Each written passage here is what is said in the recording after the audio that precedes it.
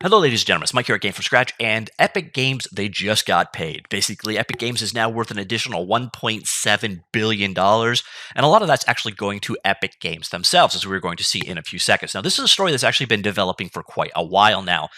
Going back to June the 16th, we had a story that Epic Games was trying for an evaluation of $17 billion. So they're going to try to raise an additional $750 million, and they were trying to raise it in a way. So they weren't going to get $17 billion, but they were going to get money as if Epic Games was valued at $17 billion. So they're going to sell an X percentage shares. When you take 100% of that value, it worked out to $17 billion.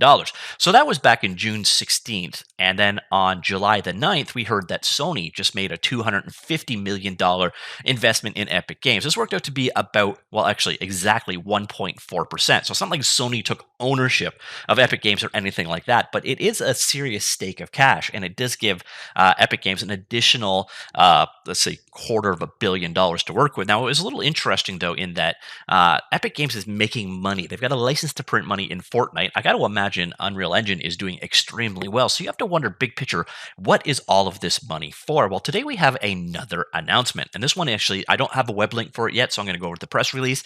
And it is Epic Games announced a $1.78 billion funding round. So it actually exceeded their expectation. They were trying to raise $750 million, and they ended up raising almost $2 billion. So that was an impressive overachieve right there. So Epic Games today announced the $1.78 billion round of funding, consisting of primary capital and secondary purchases from employee equity holders. So that second part is interesting because that means that they're actually selling shares from their current stakeholders from their employee base. So I imagine what this means is employees like Tim Sweeney, and say Mark Rain, people that have been there for a very long time, they're probably worth a fair bit more actual real money now instead of just paper share money.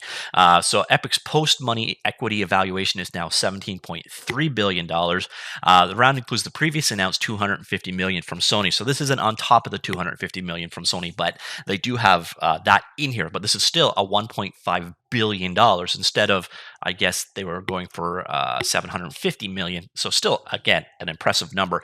But the thing that you kind of notice here is when you look at the investments behind it, we've got things like BlackRock, Fidelity Management, Lightspeed Venture, Ontario Teachers Pension Plan, and funds advised by T. Rowe Price Associates and David Tepper. Existing investors KKR and Smash Ventures also added to their 2018 investments. Following the closure of the funding round, Epic will continue to have only one single class of common stock outstanding and is still controlled by its founder and CEO, Tim Sweeney. So Tim is still the single biggest shareholder and is still running the company. So nobody that's coming on board here has a real directive say of how things are going. So there's really kind of one of two things that these people get out of it. They either think that it's just the very, very beginning of Epic Games and this is going to get even bigger, or they're waiting for the IPO payday. And with the fact that Tim Sweeney has kept a controlling stake to this point, I don't know if he's going to want to go the public route, but it is very possible. But the fact is he can continue to raise money through these things. Why would he go public and give up some control, have to be more public in their disclosure, etc.? But the interesting thing is, why are they building in this war chest, especially when they're making huge amounts of money every month off of Fortnite?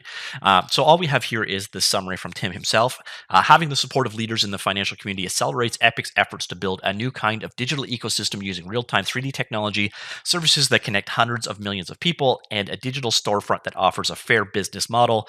We are delighted to have them as part of the Epic family. So here we're looking at and so there's, I guess, the three pillars here. They've got the ecosystem of Unreal Engine itself, the Epic services they're talking about here, and then finally the Epic Game Store. Interestingly, no mention at all of Fortnite in this. So this is all about the future of their platforms, of their gaming store, of their online services, and of Unreal Engine itself. So that's kind of where their priorities are, at least. But it's going to be interesting to see what they're going to do. They have, again, this one directly relates into a huge amount of money on hand. So this is an additional $1.78 billion. And so their war chest is gigantic. I don't know if they're going to use it for additional acquisitions, but all I know is when Epic Games acquires something such as Quixel, and the way it works out for end users is pretty amazing. So I kind of think that Unreal having even more resources is probably ultimately going to be a good thing for Unreal Engine users at the very least. So it's definitely a nice move. And if you're wondering, here this Ontario Teachers Pension Plan, this one is like near and dear to my heart, and it gives you the idea of the kind of investments that the investor is making here. And Ontario's Teachers Plan is huge in Canada. Here, they're obviously I think they're the second largest pension in the world, possibly the largest pension in the world. And when you go in here and actually look at what they invested in, we've got things like Alibaba, Alphabet. These are Cushman and Wakefield is a giant construction property management company here. We've got Ubisoft that they've invested in, Amazon, Samsung, and then we get into their real estate holdings. Basically, they own every single mall in Canada, which is actually a little scary right now, but neither here nor there. And then this is actually a bunch of companies, private companies. This is where the Epic Games would fall into this scenario. These are the kind of companies that they've invested in, and this is all stuff that you hold for the long term. So these are not pump and dump type investments here. These are people that have made a commitment in Epic Games' future survival, future growth, etc. So this doesn't normally this pension plan isn't generally the type that does things to pump it and get into an IPO and out. They tend to be a long-term hold kind of purchase.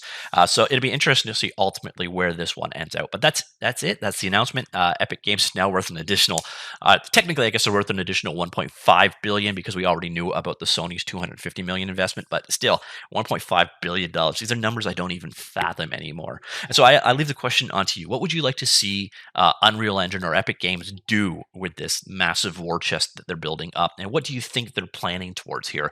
I actually honestly think that a lot of this is actually not where you or I are looking. I think the big money here is in their Epic Games services and the Epic Games store. Because if you look at something like Amazon, Amazon actually makes like a third to a half of their money off of AWS, the Amazon Web Services. The plumbing of networking makes a huge amount of money, and that's an area where they've definitely been pushing aggressively. So I could see that that's an area of growth for them.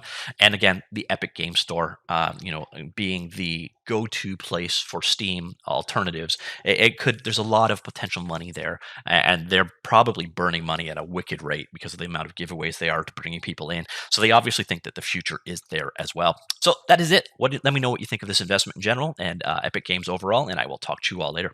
Goodbye.